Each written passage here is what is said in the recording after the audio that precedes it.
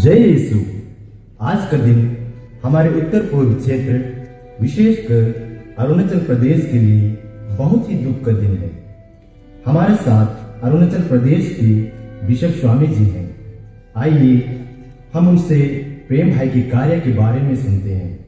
हाँ, ये बहुत ही दुख की बात है कि हमने एक महान व्यक्ति को खो दिया, जिसकी वजह से आज हम यहाँ खड़े हैं। 1 मई 1980 की बात है, जब फादर कोलंदर स्वामी जो हरमुटी के मिशनरी थे, उनकी मुलाकात प्रेम भाई से पुणे में हुई थी और वे उनकी मिशन के प्रति समर्पित जीवन को देख हमारे इस क्षेत्र में कार्य करने को बुलाया। उसके बाद वे मिशन काम के लिए असम के हरमुटी में आए और वहाँ की भाषा, संस्कृति और अरुणाचल प्रदेश में मिशन के कार्य में लग गए।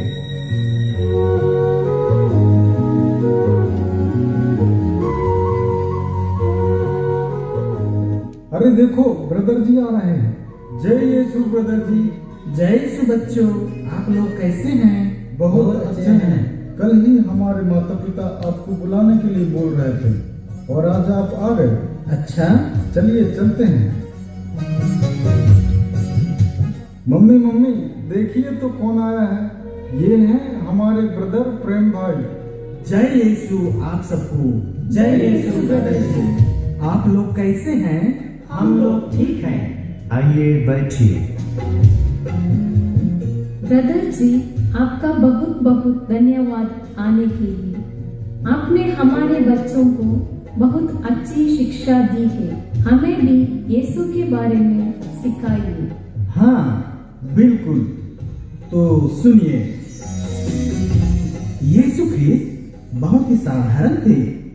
वे लोगों को ये सिखाते थे कि ईश्वर को अपनी सारी आत्मा से, सारे मन से और हृदय से प्यार करना चाहिए, और दूसरी ये कि अपने पड़ोसियों को अपने समान प्यार करना चाहिए, क्योंकि ईश्वर प्रेम है, दया से भरपूर है। उन्होंने हमें एक नया जीवन दिया है। कौन तुम? क्या कर रहे हो? मैं यीशु का संदेश वाहक हूँ। मैं यीशु के बारे में लोगों को बताने आया। हमें तुम्हारी बकवास नहीं सुनना है। और ये क्या यीशु यीशु लगा रखा है? हमारे सूर्य देव ही हमारे माता और पिता है। पुजारी जी, एक बार तो सुन लीजिए। चुप, बिल्कुल चुप। तुम सब यहाँ क्या कर रहे हो? चले जाओ यहाँ से। एक काम करते हैं, चलो आज हम इसको बलि चढ़ाते हैं। हमारे भगवान हमसे खुश हो जाएंगे। पकड़ो इसको। नहीं नहीं, इसको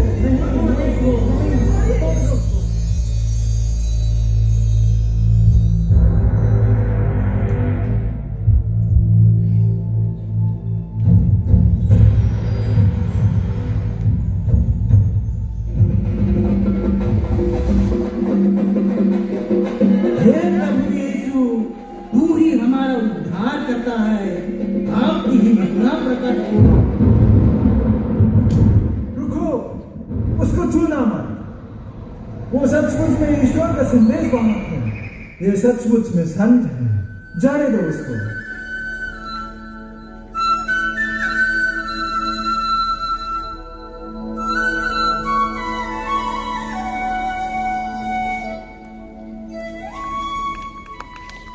आत्मविश्वास और यीशु का सहारा ब्रदर प्रेम भाई के ऊपर हमेशा रहा, और ऐसे ही गांव गांव जाकर लोगों को सुसमाचार सुनाया। पर उनके कार्य में बहुत रुकावट मिला। कभी जंगली जानवरों द्वारा, कभी पुलिस द्वारा, कभी सरकार द्वारा और कभी पुजारियों द्वारा। एक दिन की बात है। नमस्ते। नमस्ते भैया। कैसे हैं? क्या बताएं भैया, घर की परिस्थिति ठीक नहीं है। इनकी पापा भी घर में नहीं है। बहुत परेशानी है। तो मिलिए हमारे प्रेम भाई से। प्रेम भाई, मैं आपको देखी तो नहीं हूँ, लेकिन सुनी हूँ कि आप ईसाई लोग जब प्रार्थना करते हैं तो चमत्कार होता है। मैं ईसाई तो नहीं हूँ, पर मुझे विश्वास है। आइए और मेरी बेटी के लिए प्रार्थना कीजिए, जो कि 2 साल से लकवा से ग्रसित है। हाँ बिल्कुल, तो चलिए।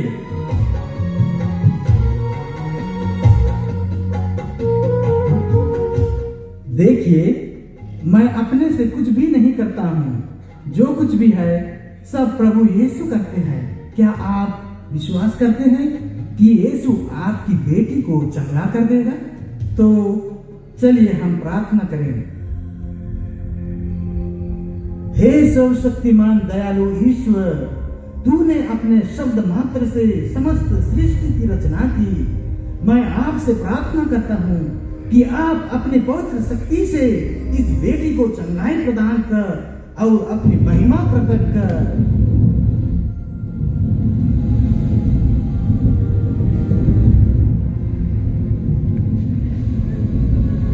अरे चमत्कार हो गया। ईश्वर की बड़ाई हो, ईश्वर की महिमा हो, ईश्वर को धन्यवाद। जय यीशु। यीशु ख्रीस्त हम सबको शैतान से मुक्त करने आया है और उन्होंने ईश्वर का प्रेम और पवित्र आत्मा हमें दिया है। उन्हीं के कारण हमने अपने जीवन में चंगाई और चमत्कार पाया है। हम सबने अपने आंखों से देखा। ब्रदर, पानी पी लीजिए। सर, आपको यहाँ कैसे आना हुआ? यहाँ प्रेम भाई कौन है? तो आप हैं जो हमारे जमीन में आकर गलत तरीके से धर्म परिवर्तन करवा रहे हैं। आपको गिरफ्तार करने का वारंट निकला है। लेकिन इसमें गलती क्या है? मैं तो लोगों को सिर्फ यीशु द्वारा बताए गए अच्छी बातों को बता रहा हूँ। धर्म परिवर्तन करना इनकी अपनी इच्छा है। हाँ सर, यीशु को ग्रहण करना ये हमारी अपनी इच्छा है, उसका गलती नहीं है। अपनी बकवास बंद करो। सर, देखिए मेरी बेटी को, इनको लगभग बीमारी था, ये अब ठीक है।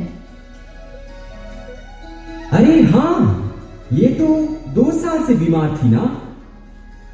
गांव वालों, लेकिन मैं मजबूर हूँ। कोई बात नहीं सर, मैं जानता हूँ आप अपना कार्य कर रहे हैं। देखिए, यीशु ख्रीस्त सबसे प्यार करते हैं, वे आपको भी प्यार करते हैं। वैसे आपके घर परिवार में जमीन विवाद चल रहा था ना? चिंता मत कीजिए, सब समस्याओं को यीशु को चढ़ाइए और उनके वचनों में विश्वास कीजिए। वे सब कुछ ठीक कर देंगे। ब्रदर जी, मुझे माफ कर दीजिए, मैंने आपको गलत समझा। बस एक विनती है आपसे, थोड़ा सतर्क रहिए, क्योंकि सरकार ने आपको गिरफ्तार करने का आदेश निकाला है। अब मैं चलता हूँ। ब्रदर जी, और एक बात, आप हमारे पास भी आइए और हमें भी यीशु के बारे में बताइए।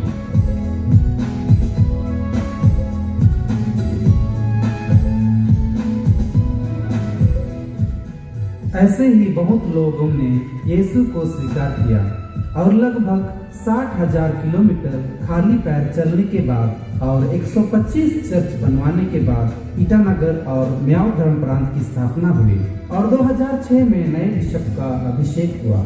इसके बाद वे अपने नए मिशन के लिए श्रीलंका गए और 2 दिन पहले सदा के लिए प्रभु में लीन हो गए और दफन के लिए पार्थिव शरीर को यहाँ उनके आश्रम में अरुणाचल प्रदेश लाया गया। धन्यवाद स्वामी जी, ब्रदर प्रेम भाई के बारे में हमें बताने के लिए। तो प्रिय जनता, आइए हम सुनते हैं कि लोगों के दिल में ब्रदर प्रेम भाई के प्रति क्या है। यद्यपि प्रेम भाई इस दुनिया को छोड़कर अनंत जीवन के पुरस्कार के लिए चले गए हैं, लेकिन वे आज भी लोगों के दिलों में बसते हैं। प्रेम भाई एक संत थे, यीशु के सच्चे सेवक थे। वो एक सत्य के मार्गदर्शक और सत्य के अनुयायी थे।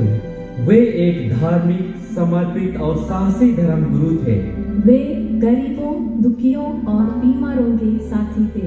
प्रेम भाई अरुणाचल प्रदेश सदा आपके बताए गए शिक्षा पर चलेगा और यीशु को अपना सारा जीवन समर्पित करे। प्रेम भाई, आपको बहुत सारा प्यार।